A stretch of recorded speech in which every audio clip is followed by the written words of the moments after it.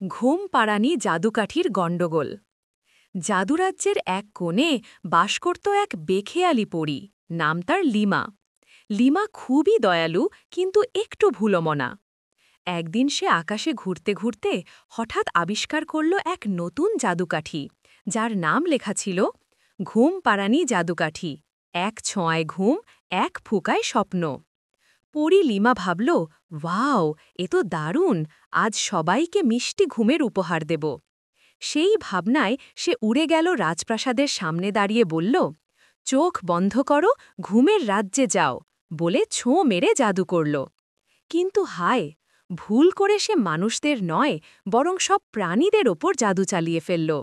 মোরগ ডাকছে না, কুকুর ঘেউ ঘেউ করছে না, এমনকি ব্যাঙও ডাক বন্ধ করে দিয়েছে। সকালে সূর্য উঠেছে, কিন্তু কেউ জানে না।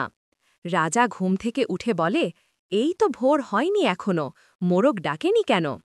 পুরো রাজ্য অন্ধকারে, কারণ কেউ সূর্য ওঠার টেরই পাচ্ছে না।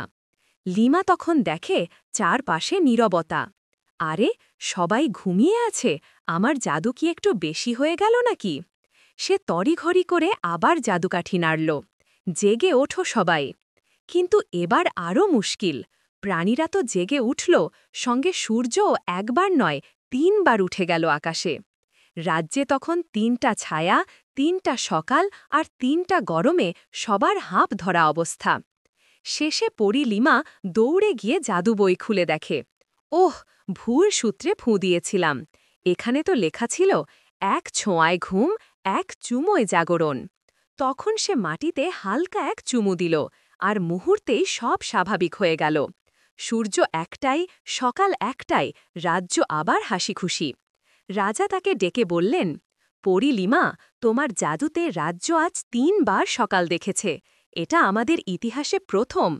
সবাই হাসতে হাসতে লিমাকে ঘুম পরী লিমা দি ট্রিপল সান নামে ডাকতে লাগল। শেষে লিমা নিজের জাদুকাঠি গুটিয়ে রেখে বলল, আজ থেকে আমি শুধু ঘুমের গল্প শোনাব, জাদু নয়। আর রাজ্যে সেদিন থেকে সবাই ঘুমায় মুখে হাসি নিয়ে।